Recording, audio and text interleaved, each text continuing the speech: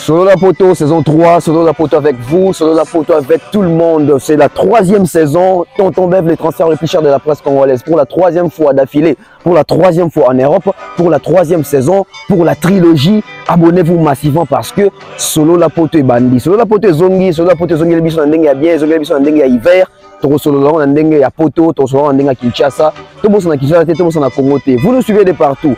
Afrique, Asie, Amérique, Océanie, Europe. Solo la Poto pour vous, pour Nabino, pour Nanga, pour Nabisonio sur saison 3, 3e saison, trilogie. Nous sommes là, on va encore faire des merveilles. Les investigations arrivent, les émissions arrivent. Soyez connectés, abonnez-vous pour ne rien rater. Na Solo la Poto. Solo la Poto avec vous, avec les enfants, avec les familles, avec tout le monde. Bissowana, saison Poto, 3e saison, Solo la Poto.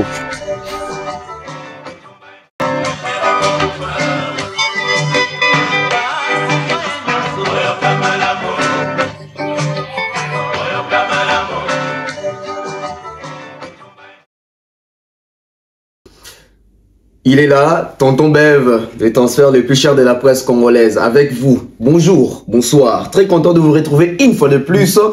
Dieu nous prête vie et ça fait plaisir d'être devant vous, toujours avec ces systèmes de communication, ces systèmes d'information, vous informer en temps réel avec les vraies informations qui contiennent la vérité. Alors, sur ces... Si c'est pour la toute première fois que vous puissiez tomber sur cette chaîne YouTube, abonnez-vous massivement, alors très massivement. Merci à ceux-là qui sont en Amérique, Canada, États-Unis, Argentine, Brésil, Uruguay. Donc les Congolais sont partout, les Congolais sont partout, les Africains sont partout. Merci à ceux-là qui nous suivent du côté de l'Amérique et ceux-là qui sont en Asie. Merci aussi, hein, Chine, Russie, vous avez des nazis, beaucoup en tout cas. Merci Nabino, merci Penabao Bazali d'un côté, il y a Océanie, hein, Naba Australie, etc. Merci Nabao Bazo Landabiso, Naba Europe, bah pays belé, Allemagne, Autriche, France, Belgique, Suisse.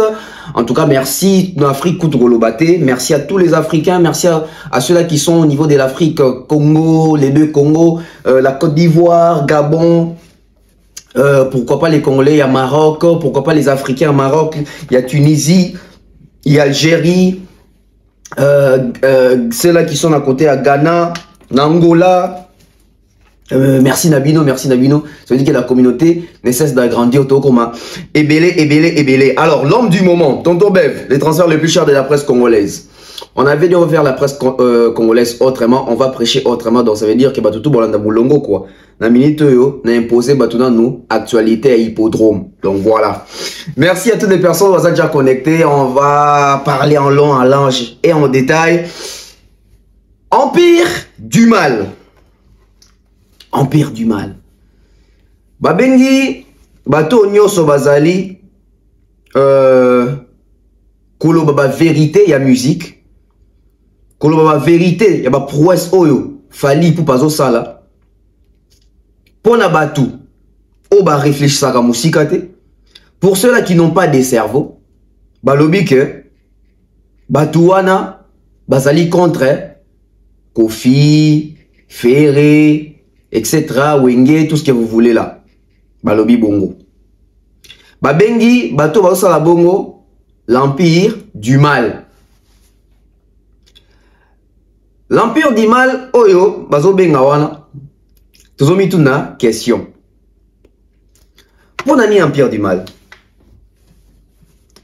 Un empire ezani. Est-ce que batuti balobara, bayebaka? Au moins, en tout cas, empire. Est-ce que vous voyez ce qu'est empire des animes? Mais qu'est-ce qui dérange aujourd'hui? Ce sont les vérités. Qu'est-ce qui dérange aujourd'hui? La véracité dans l'information. 20 ans passés, 10 ans passés, les Congolais étaient habitués à voir Arsène Kamango, Jafar Moulassa, Marius Munga, Nati Lokole, Papi Mboma, Jakindala, Baba Basu Zakari, Kabengele Djoka, Mami Ilela et tant d'autres. J'ai dit bien 20 ans passés. C'était quoi la chronique de ces aînés-là? Leur chronique était centrée, basée sur la question-réponse. Pas trop de contradictions. Surtout même pour les autres, pas de contradictions. Ça veut dire Alléluia, Amen. Et puisque les artistes et musiciens congolais ont eu la chance de beaucoup voyager et de voyager même en premier avant les journalistes, c'était les complexes. C'était la terreur. Ça veut dire qu'un artiste et musicien qui vient de l'Europe ne peut pas se faire contredire par un chroniqueur congolais qui n'a jamais mis pied dans un avion. Ça, c'est notre communauté. Ça, c'est notre boulot. Ça veut dire qu'un chroniqueur, pour avoir une très belle chemise, ça doit venir d'un artiste qui vient de l'Europe. Un chroniqueur, pour avoir une notoriété, ça veut dire qu'il doit faire une émission avec un artiste de chez nous, des renommés, qui fait les va-et-vient entre l'Afrique et l'Europe. Ça veut dire que pour être respecté chez d'autres artistes et musiciens, il faut faire des courbettes. Les journalistes congolais ne s'est pas fait respecter par rapport à son travail. Peut-être les journalistes de la première génération. Je vais citer les Lukunku, etc. Et au moins, c'était encore ces côtés valeureux. Ils étaient valorisés par rapport d'abord à leur travail, l'expression, les parler, la connaissance. C'est à partir de la deuxième et troisième génération des journalistes et des chroniqueurs que les respect a quitté la presse, que les respect a quitté la chronique. À cause de la mendicité, à cause de la précarité. Les chroniqueurs ont vendu leur cerveau. À combien? À 100 $, à 80 $, à 30 $, à une interview avec Wera, une interview avec JB, avec Kofi, avec Papa Wemba.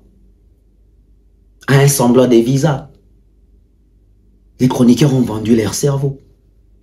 Combien sont ceux-là qui ont voyagé avec les artistes et sont restés cohérents avec leur cerveau intact? Combien sont restés incorruptibles? Beaucoup sont corrompus. Beaucoup ont été corrompus. Beaucoup continuent à être corrompus aujourd'hui. Parce que c'est les systèmes imposés. C'est les systèmes imposés. Donc un chroniqueur qui n'a jamais mis pied en Europe ne peut pas contredire un artiste congolais qui joue Zénith, Bercy et Olympia. Impossible. Allez chercher les émissions. Allez chercher les émissions. Vous ne verrez pas une émission de Popol Mukelenga Kinshasa en train de contredire JB Wera par rapport à une prestation en Europe. Parce qu'à l'époque, il n'avait pas encore été en Europe. Donc ça veut dire qu'il est au Banalinga, Basagi blé.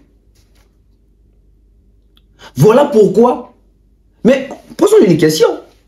Pourquoi aujourd'hui les chroniqueurs de ma génération parlent des Snap, mais les chroniqueurs de l'ancien temps n'ont jamais mentionné Snap dans leurs émissions respectives? Tout les émissions, les Yves Kambala, tout le monde là, à l'époque, ils nous parlaient des SACEM. Ils nous parlaient des SACEM. Ils ne nous parlaient pas des Snap. Ils ne nous parlaient pas des Snap. Ils ne savaient même pas que Snap existait. Mais certains artistes congolais, 2 ou 3, qui étaient instruits et informés, avaient bien connaissance de cette société qu'on appelle le Snap.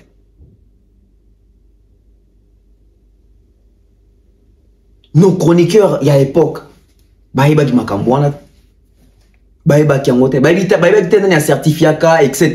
Ils ne savaient pas. Ils ne savaient pas. Pour savoir, il fallait arriver en Europe et s'informer et s'auto-former. Plusieurs chroniqueurs congolais sont allés en Europe à l'époque et se sont même installés en Europe. Combien ont fait des formations journalistiques? Combien se sont spécialisés dans la chronique? Des gens se retrouvent avec des chroniqueurs congolais qui n'ont pas fait l'IFASIC, qui n'ont jamais été journalistes, qui n'ont aucune base il y a journalisme, mais parce qu'il est courageux, parce qu'il parle un bon français, il devient chroniqueur. Que voulez-vous attendre de cette personne-là? On a aujourd'hui des fanatiques qui sont devenus des chroniqueurs. Un fan qui devient chroniqueur, c'est pas mauvais, mais forme-toi, informe-toi pour bien faire ses travail, pour avoir une ligne éditoriale, un cahier des charges. L'éthique et la déontologie, éthique et déontologie. C'est tout un cours dans les domaines de la communication et du journalisme. C'est tout un cours, l'éthique et déontologie. Combien ont vu les tableaux noirs? Combien ont vu le tableau noir? Voilà pourquoi l'intelligence d'un chroniqueur congolais était et est monnayée. L'intelligence d'un chroniqueur congolais est discutable et achetable à vil prix. À vil prix. Alors, cette communauté, avec ces genres de chroniqueurs, parce que les chroniqueurs sont aussi des leaders d'opinion. Ils passent tout le temps à la télé, ils nous informent au quotidien. Ça veut dire qu'ils détiennent les connaissances, les informations. Nous, à l'époque, qui n'étions pas chroniqueurs, ça veut dire que nous sommes dans les grands publics, on regarde la télévision. Alors, c'est quoi l'opération qui s'effectue en regardant la télévision? Ça veut dire que nous avons l'émetteur et les récepteurs. D'abord, il y a l'émetteur, il y a un canal, et puis il y a les récepteurs. Émetteur Azanan, émetteur Azali, Moutoazo émettre. Donc ça veut dire que plutôt journaliste, leader d'opinion, il y a dans la TV, Azo émettre, à ça. Mais pour appeler ça, il faut aller dans un canal. Ça veut dire qu'il soit utiliser radio, soit utiliser télévision. Et bateau bazo tala, to bazo ka radio, ne to bengi bomba récepteur, bazo recevoir. Il y a zo émettre et les qui na canal pour bateau bazo tala ba recevoir.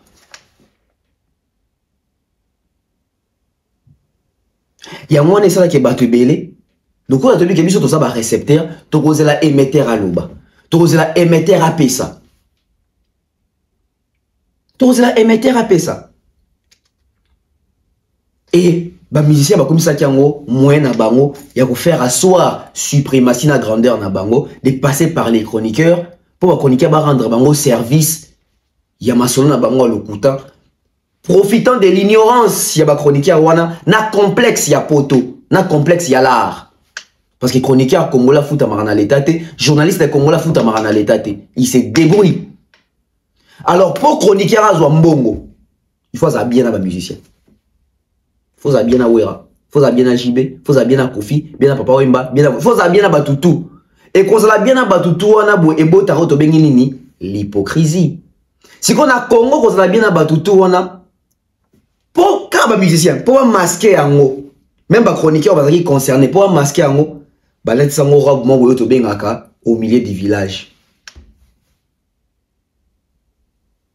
C'est-à-dire que papa m'a sali mpiaka, il y a le basali plein. Jiba sali mpiaka, il y a le basali plein. Wera, tout le monde, il y a le basali plein. Pourquoi? Pour garder encore gagne peine. Pour ma chroniqueur, il y a Kalaba Messana qui m'a bé. Ma chroniqueur, il y a Kalaba qui innovante. Ma chroniqueur, il y a Kalaba Ndosa Ndenge, ma jeune tout congolais va commencer à l'élo. Ça veut dire que Gelor Abimisi. Le gablo na coin, à chez moi cabine téléphonique. Au lieu Serge, il n'est pas créé comme Moussou, il n'est pas mis même l'Ibaye, il n'est pas chez appel téléphonique sur cabine téléphonique. Arnaud paye pareil. Kevin pareil. Benjamin pareil. David pareil. Bah chroniqueur na biso zaki bongo. C'est-à-dire que tout le monde va être chroniqueur à Yambarajiba, Yambarawera pour sa question. Qui innovait? Qui innovait? Il m'a comme ça photo le bango. Il m'a comme ça photo le bango. Après, sogi, na kosami ton abosani, bogo sa la ngapera non tonto bef, boete. Net na minute do na loba, sogi sa ngote, bo rectifier na ba commentaire. Donc, depuis chronique musicale et banda, je suis le seul chroniqueur à salir investigation dans la musique. Citez-moi dans la salle avant. Citez-moi dans la salle avant. Investigation, à mener recherche scientifique et me mettre la conclusion à l'ICAMO. Grâce à ça, combien? 4 ou 5, je ne sais même plus. Et banda, il y a Taboulay, et qu'il y a Charletti, et qu'il y a l'album et Kofi, et il y a Hippodrome, je pense. Ça fait 4, hein? Ça fait 4. Ça fait 4. Après, on a été sur la bourse animaux, mais je pense qu'ils ont 4. Le coup, il y a une initiative, le coup, il y a une innovation. Dans la Vincent, dans la Thierry, dans la Stema et les autres, pas créer une analyse tribunal. Il n'y en avait pas. Ils allaient quitter.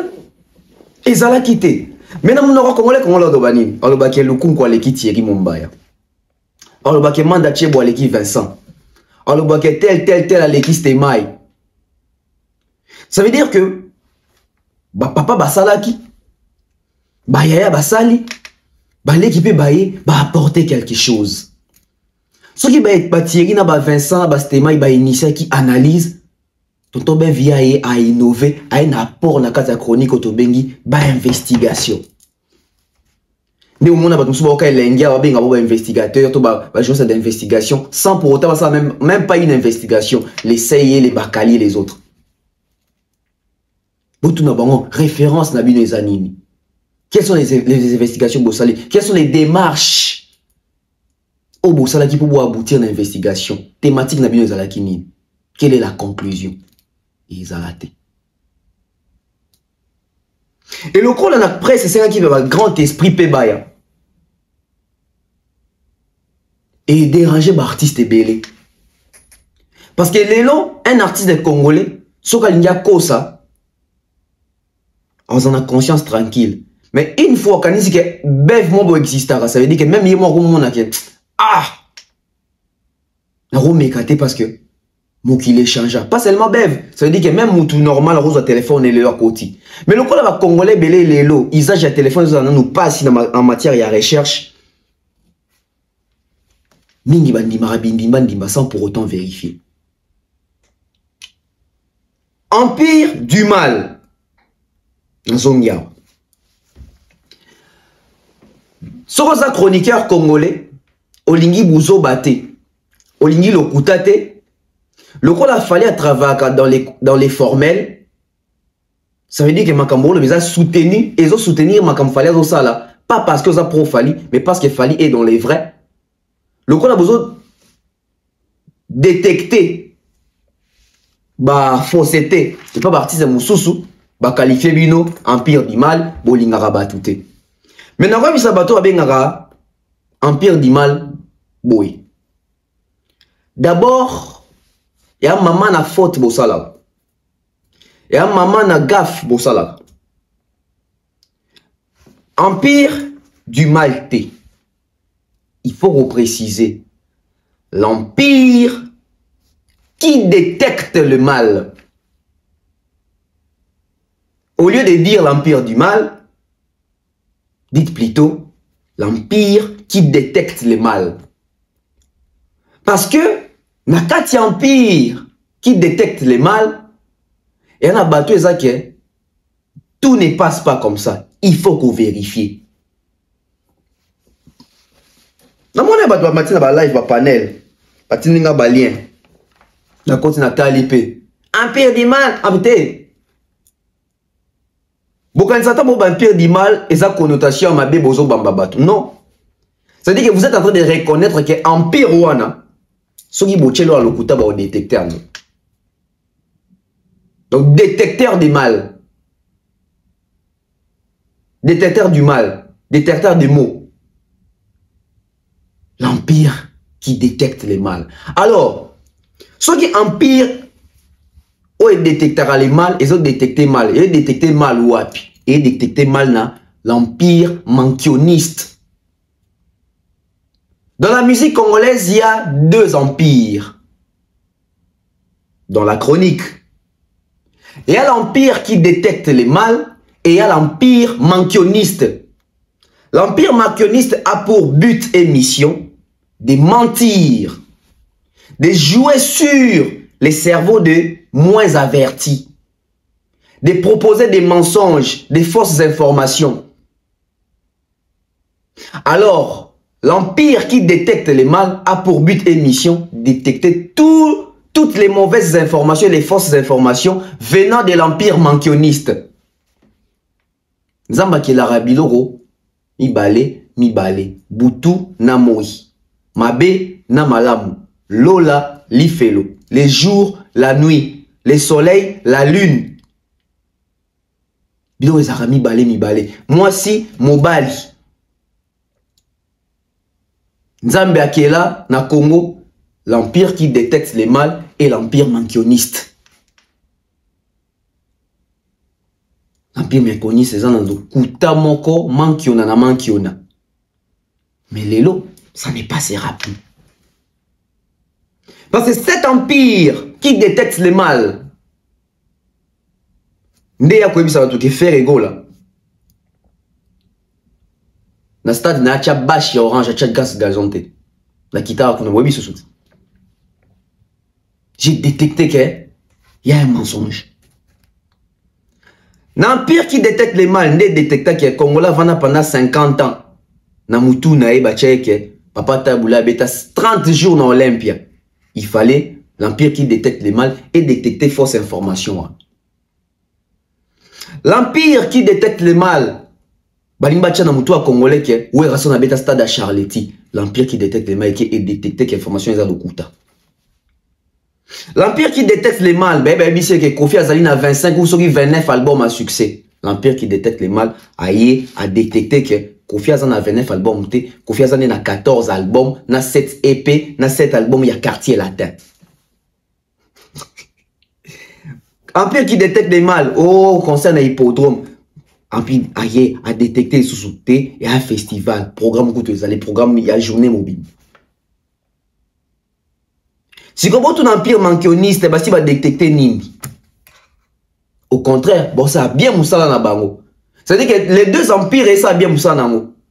Empire mankioniste, bah, beaucoup la lokuta. Empire qui détecte les mal, bah, détecter les mal. Il y a empire mankioniste. Lobby va bisinga qui est tonton viola liawa. Bah, c'est la bino live na TikTok. Bato adab na yo bev, si tout bev. La bi oh c'est en live. Bon on va très bien. Oh bato ba fan na mususu ya fali ou matine na ba panel. Bon c'est la bino à live. Comme quoi bev azo défendre Kofi. Bev vraiment yende muto azo fou la hippodrome ya Kofi. Il y a une distraction. Il y a une mission. Ce qui est hippodrome à confier comme il y a une actualité, ma casse boisa bev. Bev va ça la wapi pour pexer ça l'analyse sur un autre artiste. Mais moi je vois les gens. Dans une aussi chère non il y a bev muto azo pesa confier actualité dans chon pembeni. Dans une anika moko. Namoni Baturoloba, oui, les gens me font rire. Bev, laisse Kofi jouer. Nga Macron. Bev, Diopé, Tikana nous Kofi à bêta. Oh, est-ce que nous avons Kofi à bêta concerté? Oui, va pouvoir m'appeler ça rabattre. Donc, on va vendre du monde de toi aussi, laisse un peu Kofi jouer. Non, on a un concert, on a fait un concert. Macron, nga Macron o bev tika Kofi abete na tika Kofi ndenge nini ngam nakangi Kofi nakangi yete na séquestré yete na apprivoisé yete na dompté yete na ni pouvoir ya okangao soki déjà taba mbo baleka nzela ko kangata moko te na koti na ndako nakanga Kofi abete te. Est-ce que vous réfléchissez quand vous commentez? Laisse Kofi jouer. Oh, laisse Kofi jouer. Oh, Visa Fali, bah comment Bev Macron ton déni, non comprenez? Non comprenez?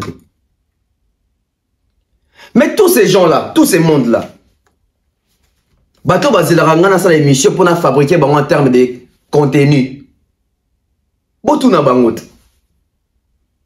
Les lois sont écoutes de bateau de hippodrome boy. Oh ngat. Nando qui paye hippodrome. Confiance à la émission, Mouta qui paga, même pas parole sur nos autres bambanga ou batunaïwana ou bazo lobara. Bon, basi basa l'émission nigne, ça dit que Betty hippodrome. Namoni aventuré n'a pas parole, ça n'a qu'un bon côté de Maliboso hippodrome. Nana kenda chronique. Tu vois que c'est l'évangile selon Bev Barolanda. Na minute au mat. Okita olinga bev te wa sensor lo bela hippodrome wana pour ngam na imposer à mona na actualité ngam na vandi si hippodrome o matokita mutali boso akita na hippodrome yeyo ko kita na hippodrome je fula déjà makambo concert wana bon matabo kita ba fanti la Kofi kuti fois za ku tu reconnaissant vers bev ah en tout cas non implication na makambo et ça dit que même biso to la muki. Vous avez foin na tiko le bela hippodrome. Vous avez foin. Nous savons que 5 jours le bela hippodrome. Tout est là. Je pense qu'il y a même des décisions dans on a fait une émission. Ça veut dire que peut-être les deux émissions à Souka, on a besoin de hippodrome. Après l'émission royale, on a une émission dans le bela hippodrome. Vous constatez dans net qu'il est là la Sijewan. Namoni batu yo lingara Kofi te. Kofi asala onini vraiment. Bino bat lingara Kofi. Non, Chabino, face à fait accompli. Kofi Baucho brutalisé na Kenya. Bobi Miselangai, 2 minutes pour défendre Kofi na sujet. Autant on a ba kombo na bino. Pour na moni autant ba kombo na loenge fort na ba live. Na moni autant ba kombo na loenge. Bon au monde que na sala chronique na bino te bo sala na ba chronique ya ba congolais ba chronique ya ba haine ya ba zuwa ya ba keto ya motema mabe na sala bilo wana te na za temps jalousie mon tout. Ça dit que j'ai fait mon travail, je reste dans le travail. Quand Kofi fait bien, j'applaudis. Quand Kofi est assez lourd bo on na estimé que est habienté na roya olobelango na ko pesa ba vie na ça analyse na ngai négative sur makambo na trouvé que ça négative. En ces jours où je vous parle, tout à l'heure les réseaux sociaux, je suis le seul chroniqueur, chroniqueur, il y a les 2 Congo. Oh, il y a un jour qu'on fait brutaliser un podium, à sa émission, à s'adresser à un peuple kenyan, en anglais, dans le seul, bon, le langai 2-3, batte. Même en français, même en lingala, bon, le va défendre Kofi. Même pas proche à Kofi, même pas Michel Kofi, monte à l'écart pour défendre Kofi. N'est pas Tindika, n'est pas Siben, en zone de Bamba Milangi, na podium, na légende, il y a âge, il y a 69 ans. Moi, j'ai fait ça. Moi, j'ai fait ça. Place en Boza qui va pour boire le baquet. Ah, ben vraiment. Non. Au moins, il y a ça la bouteille à ma bête. Bon, bino siko batomankioniste. Bobi Misasiko ba vidéo na bino oboloba mikoloy oboloba bien sûr ba prestation fallait tout ça. Nda to valoriser mboka na biso. Nda beti hors Paris abeti na ba province ba sala ngo tondi. Bobi Misa. Musicalité a fallu sur scène. Bobi Misa sika ni bozo. Donc ça peut analyse ba sandi que wa cohérent. Place à apprécier, fallu apprécier pe fali. Et ate bino obomaka. Boanet bingata. Bino boroloba. Ça ne date pas de 2 semaines. En anglais, j'ai pris la défense de Kofi Olomide. Donc, l'Obana ba preuve. Bon, là, qui s'annonce qu'au preuve contraire. Bon, là, ça y a Kofi tété. Les analyses, les analyses positives, les analyses négatives. Ba critique positive, ba critique négative. Place Moussous. Voilà, nango. Audio t'appelle au fait. Mais là n'est pas les débats. Toujours on a débat dans Bisso. Quand j'ai vu ça, j'ai eu très mal. À un moment donné, je pense que Il faut que tu na place na ye. Bandeko. Kofi. On a 68 ans. Comment on a ba jeune, on va aller plus jeune que Kofi Olomide, on va aller moins âgé que Kofi Olomide, pour bousculer, pour tindi comme tout quoi Kofi Olomide, non. On soutient pas, on n'accompagne pas. Voir ça, c'est un manque de respect notoire de la ligne Roloba. À un moment donné, les gens font semblant, on va miner le rappeur mystique. Au moins, on va tout les kaboyo, les canards katikatia. Bon, bref, tout continue kaka. Ndela pas roi tige coton boîte à bassin. Ah, Mindelo au père. Mais Mindela va changer, oui, que na 3 fois na poto. Mindela quand on entend na film va ba tige coton. Mais Mindela le ba travailler ba squat au moins parce que comme na forme net ba femme africaine, na habité ba zo mélanine. Ba mélanine yo. Tout ça na quand même ça Kofi Olomide. Voir les gens bousculer Kofi Olomide, non. Ça on ne soutient pas, ça on n'accompagne pas.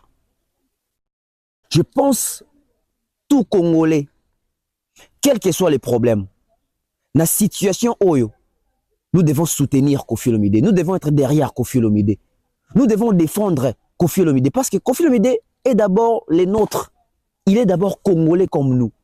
Et voir que dans un pays étranger, si aujourd'hui les gens prennent les culots de bousculer Kofi Olomide, de pousser Kofi Olomide, de lancer des bouteilles à Kofi Olomide, ça veut dire que si nous Congolais aujourd'hui, on ne défend pas Kofi Olomide, demain ils vont faire ça avec Fali, ils vont faire ça avec Ferré, ils vont faire ça avec un autre artiste congolais. Alors que nous Congolais, on ne va jamais faire ça pour un artiste kenyan, quels que soient les problèmes. Déjà nous Congolais, nous sommes un peuple très, très hospitalier et très gentil, très accueillant. Et comme il est à un niveau nini, Bossimbe la biso Kofi Olomide, netimo longolé lamba, bozo bende netimo ibi, on dit moutumo bosali soki nini, qu'est-ce qu'il a fait?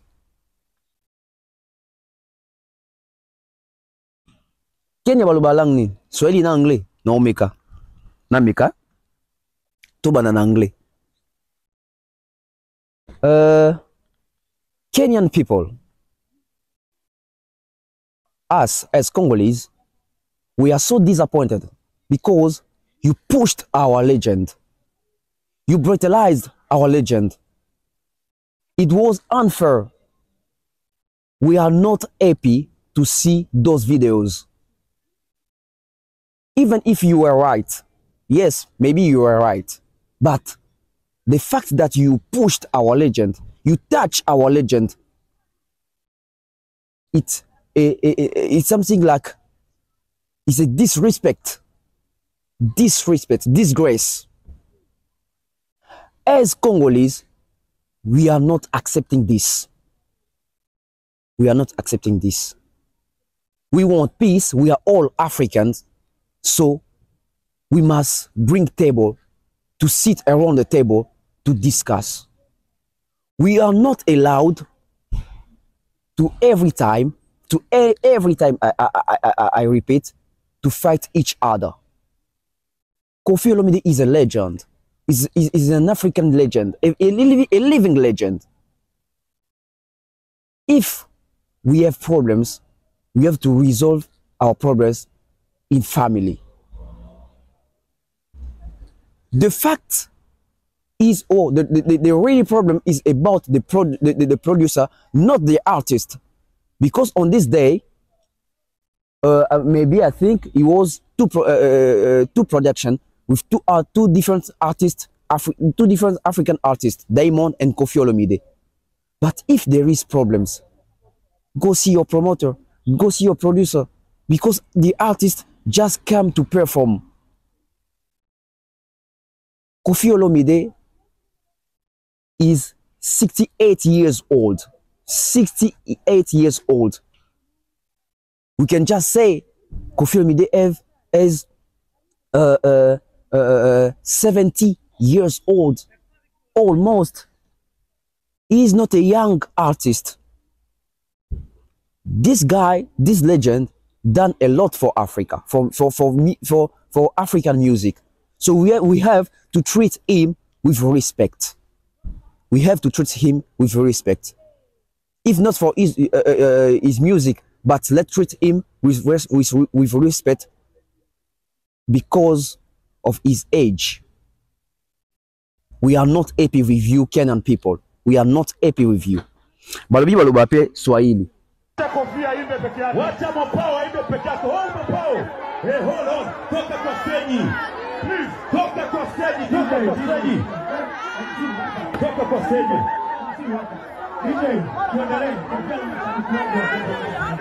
All right, Kofi.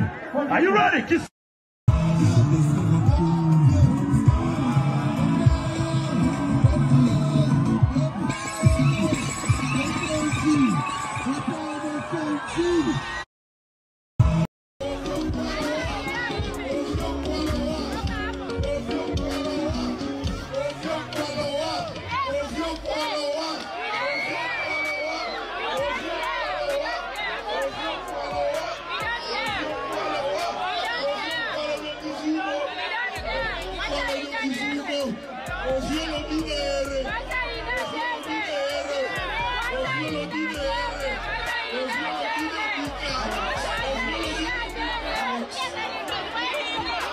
Sikoyo boye bisanga après zamba kolanda bo bobi misanga ba chroniqueur boyebi ezala ya ba profali ya ba profere ya ba pro Kofi Moko nani sala ki boye ate quand j'ai fait ça ba pro Kofi nini bazwa ki parti oyo ou so bazwa ki parti ote ba s'appelle olenge monanga même si ba citer ngate mais ba on peut même s'appeler que pour la légende na biso to telemi étranger au Simbe dans notre côté, étranger au brutalisé Kofité. Qui ont fait ça? Pas flatteur nyosowana. Pas flatteur nyosowana. Ya mwana bino nyosowana 4 écoles. Bon dozo cours. Na lobaki yango olinga te zana mulongo. Zana mulongo. Bon mona lelo.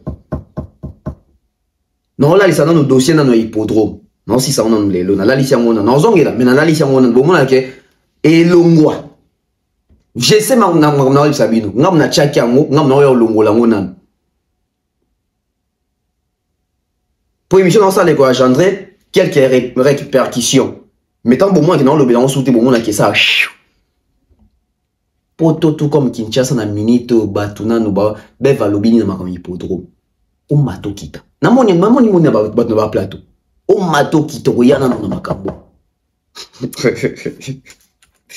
sikoyo na moni batu musu basiliki ba musu basalinga ba live ba musu matisi batu na ba live ba finganga bon après c'est normal so ba finga rote c'est vous a has been bev vraiment yende mtozo pesa Kofi actualité na makambo yo azono bela plus hippodrome que Stade de France. Wow, wait a minute man, attendez un peu.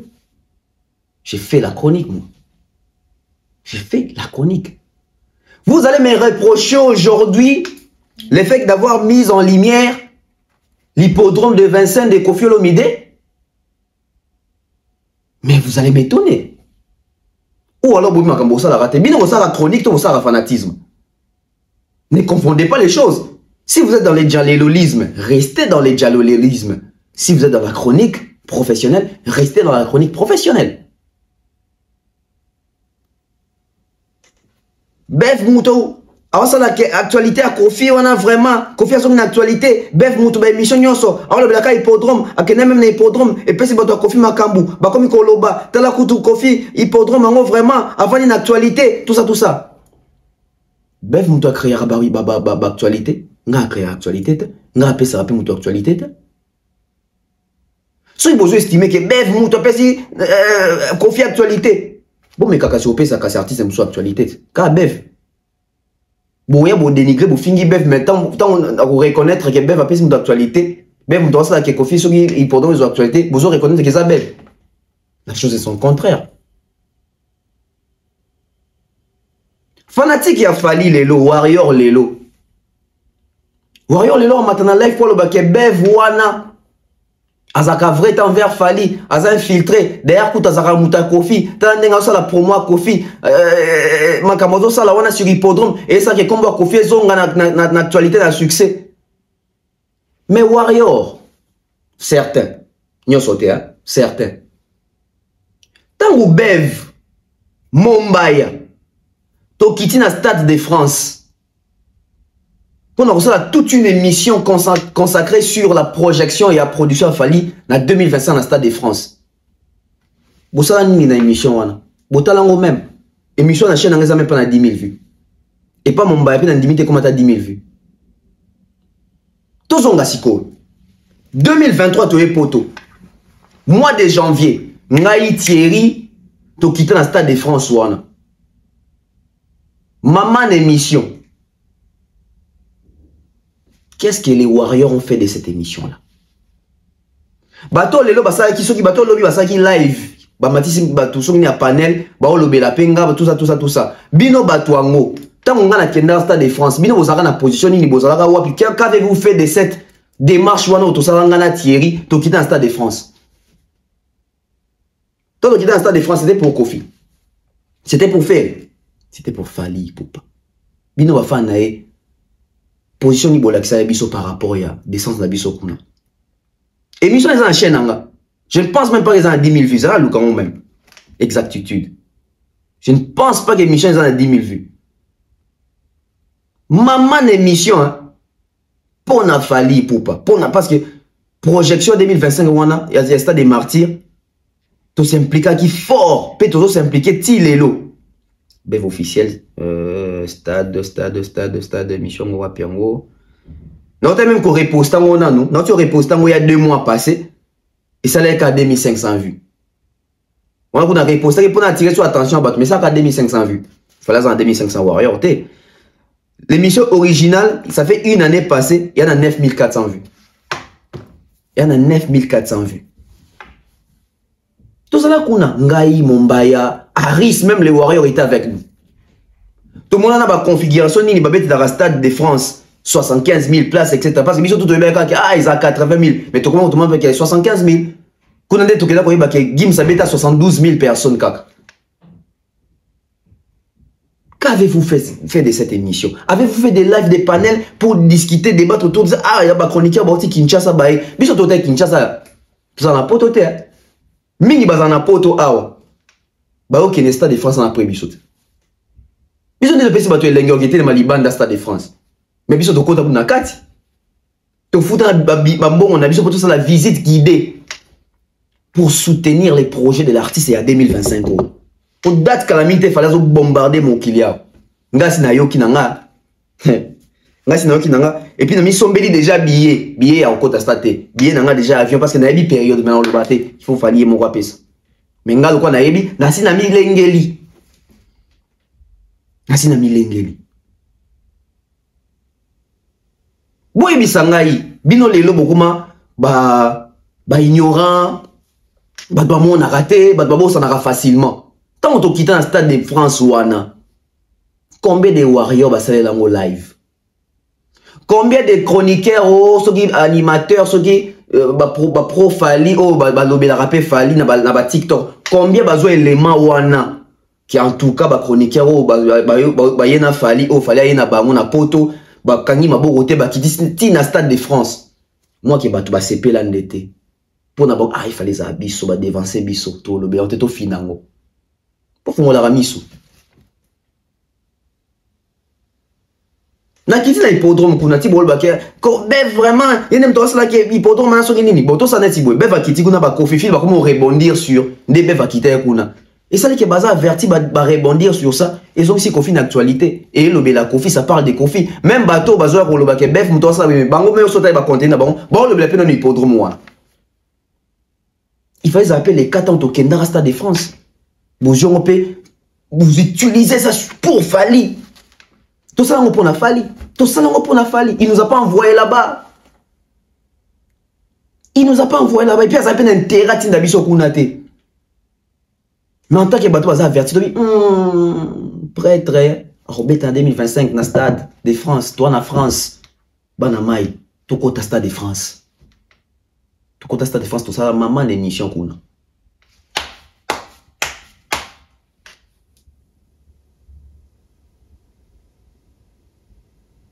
Mais au monde, la majorité peut n'avoir ben voilà nazel loroté kasi botika ça non ça na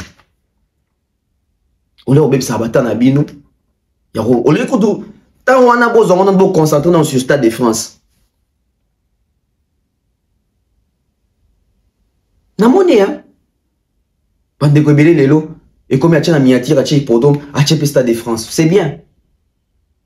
Mais si vous avez un hippodrome, si vous avez un hippodrome, vous avez un hippodrome. Na moni pe jumo en player mingi mais bato ba reconnaître ba reconnaissance à verga. Donc na aidé bango mais ba linga sa net ya pour na aidé pena Koffi Olomide. Et si kaza wana vient nga na yebi il est content. Comme on existé hippodrome bev. Bon na moni kokina en kata molelo. En kata molelo na tourner sur na makamu mususu. Na obotelo wasika. Pour na obota penelo wasika. Et lo wasika bien zoya. Tout le monde s'en a raté. Tout le monde a sous 2023. Non, début 2024. Début 2024. Batounio, lettres, bimi, banti, valeur, etc. Batou comme embrouillé. Au point même, batou comme batou fallait qu'il n'a fallu vraiment. Ou les balles de concert, il fallait qu'on soit entre bango. Il a fallu Bev pour renverser tendance. À l'époque, vous se rappelez très bien, batou balandara YouTube à Ebi. À l'époque, il y a bon que Manikia sonina tel a sonina oh et comme on sonne entre bango. Bino vraiment muninga bébé bino kuna lobe ba concert na beaucoup mo créer banini. Nazwa mutu nanga idor to beta maman d'investigation à Taboulay échanger ba donne. Tina ba Kinshasa Vincent ça l'émission marque vous savez échanger actualité atenga misa terrain. Pas beau ça mon makambuana ou non ça bon son entre bino et comme bien que batutu a comme oh Taboulay oh vraiment et comme tout fallait mutazo tinda be vraiment oh bah ça encore pour nous komisa mutu moko ça veut dire que to longoli tendance wana ba ninga ba coller que ba so na so entre bango bato fallait na bango na longoli ya mutu yango Taboulay Olympia tout ça musala dans les vrais Bev mutu azo garder hippodrome en actualité Bev azanani Bev va quitter dans le stade de France. Merci, bah pesa na mboa. Est-ce que bah Warrior va s'approprier mission au point bah nous c'est lango bah bani non. Nous dans la France bon on quitte sur le stade de France. Ana annonce ngo boyoki déjà. Nous dans la France bon on quitte sur le stade de France. Bon.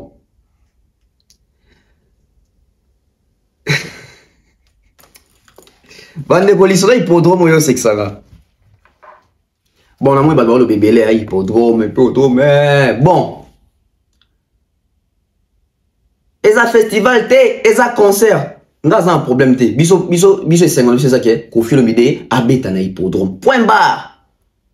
Bon ça ngoté so qui ni beva limité oh fallait calculer hippodrome té.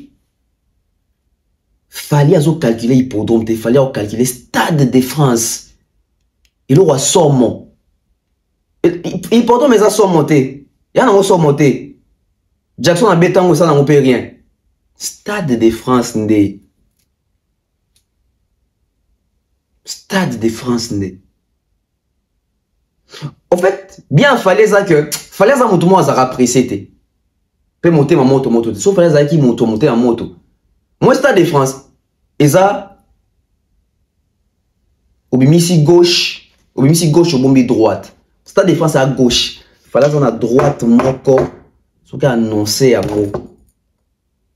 Bon, c'est pélaté. Mais pour il fallait au bomba. Pourquoi moi, il y a un secret, il y a un toi. Stade de France, c'est à gauche. Au bimisi gauche, au bombi droite. Il fallait qu'on a droite, moko. Ce qui a annoncé le coup, on a bandeko. De bon comprendre. Bisous tout de suite, question, il concerne les alliés. Tout le monde a billetterie en ligne, n'est-ce pas? Oh, il y a un concert et un nini. Tout le monde a billetterie en ligne, mais tout le monde a configuration, ni place. Et vous continuez à croire que ça, c'est un concert. Ça. Dis. Réveillez-vous quand même.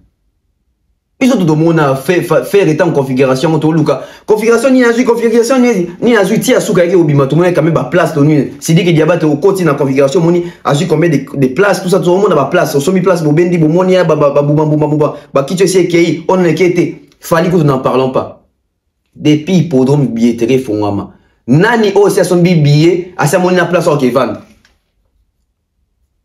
Pour ça devoir ce qu'on appelle ici tout ba flatter nyonso wana bazwa lobara wana na o bazana ngambo ya Koffi Olomide tout ba flatter nyonso wana yozo loba oso kita na hippodrome yozo loba so kota na hippodrome. Je pense même qu'il y a un côté hippodrome avant Koffi pour Koffi il filmer makamou tout. Après je dis pas qu'il y a un côté avant mais nande tout le monde na réseau be mutali bo so tchema kona hippodrome kuna comme congolais o tout le monde na média ngat.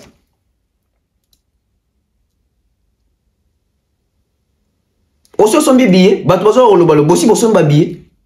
Bosomba billets. Achetez les billets. Achetez les billets pour les concerts de Koffi. Nako choqué binois. Nana maman na ngamo na terre kombo na e, merci beaucoup maman. Azolinga billet hippodrome. Tokozala. Concert na biso. Tokozala wana. Tobandaki yango, tosisango. Tokozala wana pour soutenir la musique congolaise, soutenir Koffi Olomide, qu'on soit intégralité à concert et qu'on rendre l'ango public. Il y a un juillet. Tokozala. Ozo chamakele le yaki sanga ibi osombi la sanga place au vendre. La qui sanga configuration na machine au côté moni configuration autant de places déjà prises. Il y a un préparé déjà moralement qui connaît un soldat qui va y avoir pour justifier que tu es bon dans la vidéo que tu vas combien de temps. Une place sérieuse, une salle sérieuse, un espace sérieux. Ce qui va payer Sibino configuration 85 000 places, ça veut dire que ton billet zoté kama, bon on a jauge 85 000 billets vendus. Non, pas vendus, imprimés.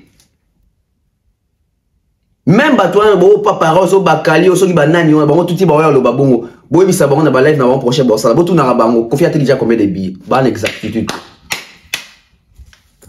ça s'affiche pas. On peut pas s'éterniser là. Koffi azo bimisa remix ya Epucha izo bana ngo jibe oh bana mwana mutu na musique azalaka te. Papa chéri a un raison, toi a tort. Papa chéri, vite fait, puis on revient. Sur banana bangwana, junior banana bangwana, ba musicien, baza banana bisote toko senaka mabomate. Et musicien soki abini eza talent na ye nzambe apesa ye. Eza talent na ye, na chance na ye. Voilà.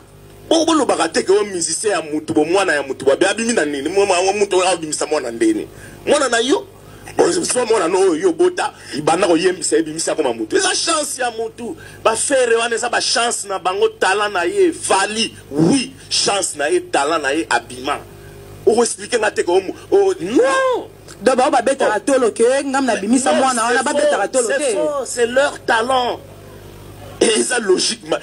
Déjà, né dans le Bible, en tant qu'intellectuel, on comprend déjà. Toko salaka mabomate. Et ça, talent ya mutu, na chance na ye. Ba mise bazé belé bazala ba orchestre wana. Mais so moni oyo abimi, ça chance na ye, talent na ye. Sur banana bango wana. Junior banana bango wana. Ba musicien, baza banana bisote toko salaka mabomate. Et musicien soki abimi, eza talent na ye, nzambe apesa ye. Eza talent na ye, na chance na ye. Voilà. Bon le bagate que musicien ya mutu bo mwana ya mutu ba abimi na nini mo mutu wa abimisa mwana ndeni mwana na yo so mwana no yo bota ibana ko yembisa ebimisa ko mutu eza chance ya mutu ba faire wana eza ba chance na bango talent na ye vali oui chance na ye talent na ye abima o expliquer ngate ko oh non d'abord ba beta tolo ke ngam na bimisa mwana wana ba beta tolo te c'est leur talent et ça logiquement. Déjà né dans le Bible, en tant qu'intellectuel, on comprend déjà. Toko salaka mabomate. Et ça talent ya mutu, na chance na ye. Ba mise bazé belé bazala ba orchestre wana. Mais so moni oyo abimi, ça chance na ye, talent na ye. Voilà. De retour sur ce plateau. Pour une autre vidéo. L'autre moni Koffi Olomide azo bimisa 2 clips, boutique, yena mamasi. Et puis à bandeli nzembu ya Epucha, yena JR33 je pense. Yena JR33. Oh, il y a un GR33, c'est mon moment à la légende. Oh, bah, Non, en fait, musique est passée, sans blague.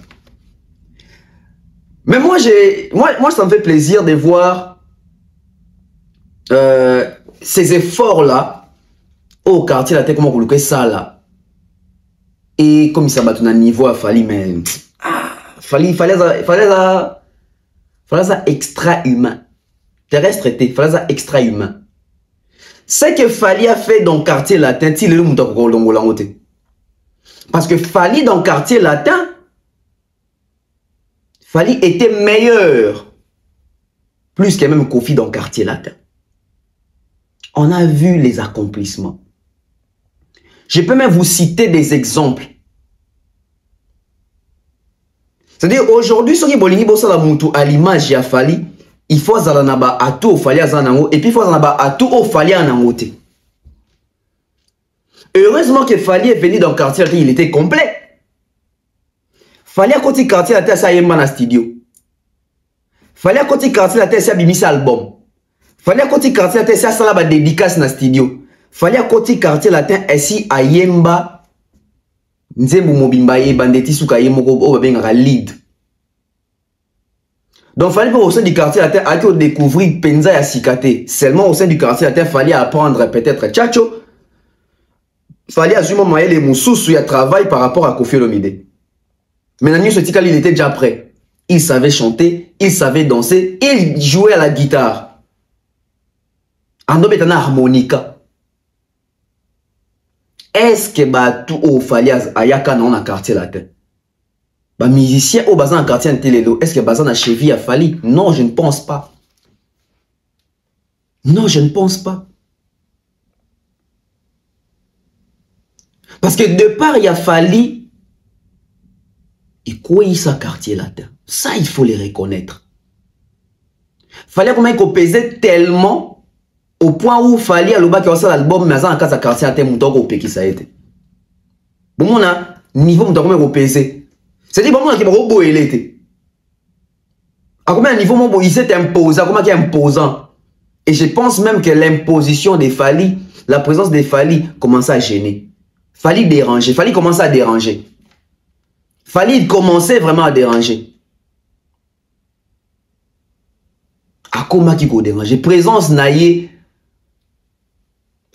implication naïe, causala naïe kaka commençait à déranger. Pas déranger dans le sens que dans le sens à ma bé, mais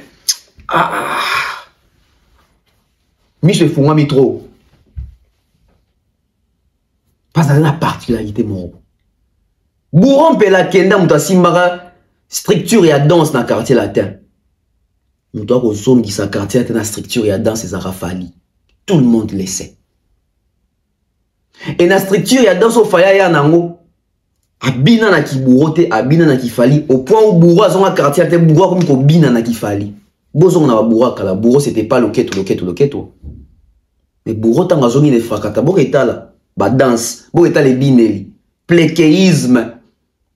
Fallait à côté ça pléquéisme na danse car ya quartier la tête et landa qui na bato ba maison mère. Alors que confiant donc copier bato ya ba jeune à wenge mais fallait ça là que même ba jeune à wenge mususu ba ko bina net il fallait ba ko luka baza net il fallait. Il a apporté quelque chose. Est-ce que JR33 a ces atouts là? Est-ce que JR33 c'est un bon danseur? Plus que Fali ou au même titre que Fali? Non. Est-ce que JR33 bina net il bourreau? T. Est-ce que JR33 Zoye Mbanet il fallait? T. JR33 a une très belle voix. Ça veut dire il chante au Kawi Moye Mba. Mais au Zanga, hein? Fluidité ya mao ya mélancolique au fallait appeler ça na voix. Non qui ba senzi belé ba ça va débat Fali toko vidéo, Fali o tchela biso ba faux chant. Fallait tchela bango ba faux chant. Nani abima meilleur chanteur ya quartier latin. Na ba chanteur tout baleka, baka bi balé Fali na babia. Quand Fali na Babia. Babia, je crois 2 fois. Fali na 2002. Et Fali abima meilleur chanteur. Bozo révélation. Bah tu veux pas Fali abima meilleur chanteur avec Fali abima meilleur chanteur. Est-ce que bozo au niveau non matisango. Fali abima meilleur chanteur de l'année na album ya Kofi. Ça veut dire que Fali ayemba ko leka Kofi na album ya Kofi. Vous vous rendez compte? Eh, bon yo ka fragata, bon ka mo bien te. Et fragata. J'ai dit, motema ezalata tirete na fungola monesika na tia yo na motema nanga babu moya mola libela aboni listo. Donc ça veut dire qu'il fallait banina okima na mbangu na champ pour alembisi. Il a innové. Boka fali bien te boka yoka. Tu te motema ezalata tirete na fungola monesika na tia yo. Après kiti na motema nanga babu moya mola akimi na mbangu. Tu dis motema ezalata tirete na fungola monesika na tia yo na motema nanga babu moya mola libela aboni listo. Yako tikela ngabdi na yo ata tokomi na nonda komokote Patrick Kalonji bobo koloke na dede moniato. Fali na ifrakata yaka mabe au point ça même animation. Il y a tout soit mine zokoloko dokolo siama. Les autres musiciens ni baotiki kuna sa même animation. Fallait rafo. Iyo moto na betela katolo ngai fona kabamba. Na lobaka na suki sisako lingana ngana Claude Ngoma. Lelo bafinga bacholanga na loba nini ye Ibrahim Shako Alpha Morphy. Kasi yo epa yo tikinga lili destination nangaise inconnue ye. Fallait appeler ça asala exercice mon na kati frakata wana au point où bande comme soupe bayemba qui me fallait azaki soka poser. Mon dieu zaliza mopa gulumuka siku ki mapendo zimanya tajize natara nanye nine kende nana. Ah papa mama botanga toujours azala kyo boya soka zoli isanga mai ezala na mesa mposo kinameli. Siko isika pena ofali pena zaki pena très méchant. Effervescent. Ya monene kwalinga lelo oya kafumba lelo e kwalinga ndo fumwa maboy.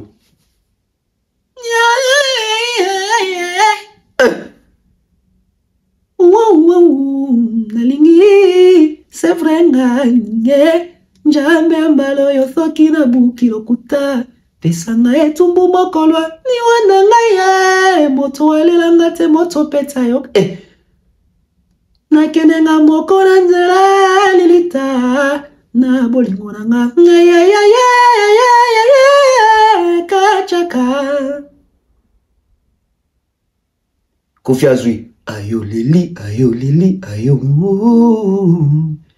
Ikachaka balanga vai babala ki presse bakomio regrette pe bay babala kate bayoka posako convolé en juste annonce. Kofi Amber on a c'est fallait aziongo pandia ngo mutu. Donc Kofi aziongo na bunesga moi papa wendo mtazami mokozami doko ana ayo siko Kofi siko aziongo siko akitisi yango ayo lili ayo fallait aziongo ayo lelia achana kester na kati ayo lelia ekachaka balanga vai babala ki presse bakomo regrette mbeba babala kateo tala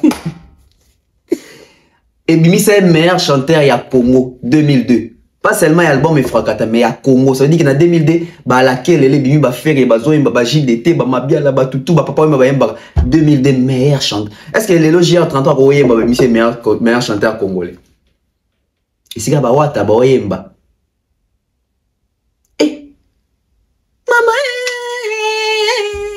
kitokwa boye bazwe wapio. Les noms to yemba. Bimi c'est meilleur chanteur devant ba wata, devant ba Fali, devant ba faire. Il fallait à l'époque ba tête nyo sur musique on a il fallait panza bango mitou. Dans l'album Efrakata les meilleurs chanteurs de l'album Efrakata Rafali. Vous vous rendez compte? Non moi au fait on a même battu ba défendre Kofi mais ba il Kofi. Vous ça va faire na papa wemba, vous matavo kita ya dobi makaka.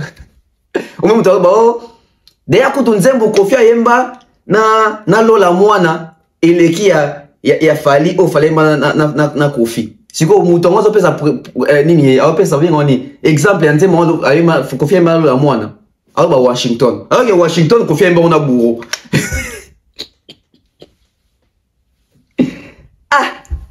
yo mokolo baki okomema nga na mokomwe tokatise bale tina ngambo esusu nakoma na katikati obwakisi ngai nakomi otepatepa sauvetage nalia ngai me il fallait pas nalia dendo l'esprit ya soso effervescence leki Washington musika batutu bayebi na wako et puis nzembo o lolo ayemba na Kofi ezali comme non nini médecin de nuit nani amonelinga daniko nani amonelinga enanga ezali bolingo kukulete nani amonelinga dani lolo ayembaka Hype mayoke mayoko mimbanda kasusiri malelo tokomi olala na ngombe to mokoro na berso na ngai susie baka bongo na nga ritero lelo na bimi na yo talenzali na ngoro eleri ngai nzotororo daniriri lukombororo. Est-ce que bon wane kokena oh mazwana olingo bapesa na zanda kambela ekachaka vo de milliers madrilène. Est-ce que quoi? Et puis dans nzembo au bureau Kofi Emba na bureau Washington bureau kan nzembo wana bien c'est-à-dire que Kofi Emba na bureau matanga komba bureau te mais Kofi Emba na fali na bandena bi fali ale fali toke mais o Emba na bureau atangi komba bureau te et puis dans nzembo Emba na bureau na suka boki fali dédicace et fanjo bila fali poup Fali ipupa di Capri Fanjo bila Fali ipupa di Capri Fanjo bila Bomiko sabino mona ba conscience na bino mais bato bazalaka donc au fait banalise wana bossa lango pona bato ba botami na 2016 tozalaka il faut akata tozalaka tika génération Bercy biso boko za mutu te to bi frappe chirurgicale fala beta kuna. Mais pourquoi dans le quartier latin Kofi Soinga bandela nzimbo bandela nzimbo e bana fali beaucoup ba meilleur chanteur quartier latin ba soleil banzimbo na bon moment na raté ba mba na Kofi logique ezanze mo Kofi Emba na soleil. Et puis au fait anecdote mo ba raté ne fois kata Kofi Emba chaque nzembo presque un artiste est moko phare. Washington Kofi Bouro, médecin de nuit Kofi Lola, logique Kofi Soleil, effervescent Kofi Fali, Botana Nemba Mingi, Nabanze Mobemana Kofi. Kofi a zui Fera Bandeli et Pucha. Kofi a zui JR33 Bandela Sogi, Papa de la nuit, Papa de la nuit, Papa de la nuit, Papa de la nuit et Pucha. Oh, on demande la Pucha. C'est évident comment il fallait article pour nous aider. Après tant robima, tu comparer bas stream il y a Pucha hippodrome, na bas stream il y a Marlène parce que na kata Marlène desika fallait bandeli. Ya lingaka kutu te na silikanisa nazala ke bondela nga. Pona nini babandela banzembo babia embate, pona babandela banzembo riki tout ya embate, pona nini bazo bandela nzembo faire emba na kata quartier latin te. Tu obite insecticide Cobetox. L'album 13e apporte. Pour une bande ma bande la montée. Pour un Fali n'est pas particulier. Pour qu'on filme dans le bango. Mission de roi Fali à Michel Bala chaka et bon côté. Film dans le bas. Vraiment qu'on filme dans le bas. Kofi a 4 Coran album et Frakata. Album où Fali a ma meilleur chanteur nakati. 4 Coran Kofi et Zarane Frakata. Album où Kofi a bima Fali a ma meilleur chanteur. Et na Frakata, qu'on fait le meilleur artiste de l'année, meilleur clip vidéo du maga générique, ma meilleure meilleure chanson du maga effervescent. Na Congo a fallu ma meilleure chanteur 2002 et Frakata.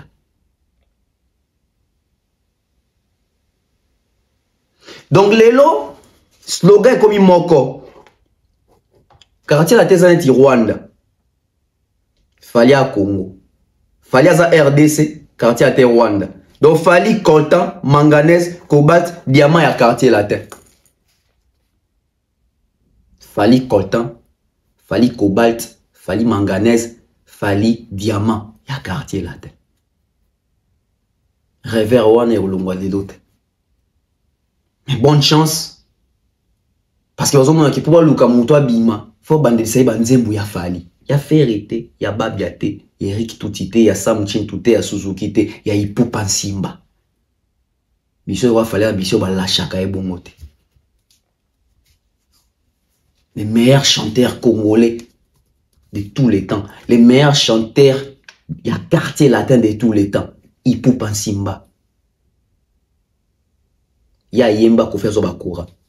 Bato nyo so batika li le don na quartier te bazo yemba mais pe ta trophée ata muto eminent il aiguille et puis a trophée ni nomination. Respect à Fali. Akenda kala. Mais présence naïe et pesé, absence naïe et déranger peso pesé. Ça c'est un artiste à qui on peut compter sur. Lelo, Tuzo Bunda, GR33P, Ayebana. Mais pour Ayebana, bien pour battre il faut bandeler banzembo Fali Ayemba. Après il poucha hippodrome, il faut bandeler Essili hippodrome, il faut ça la paix effervescent hippodrome. Et ça l'a bien. On se retrouve prochainement, bye bye.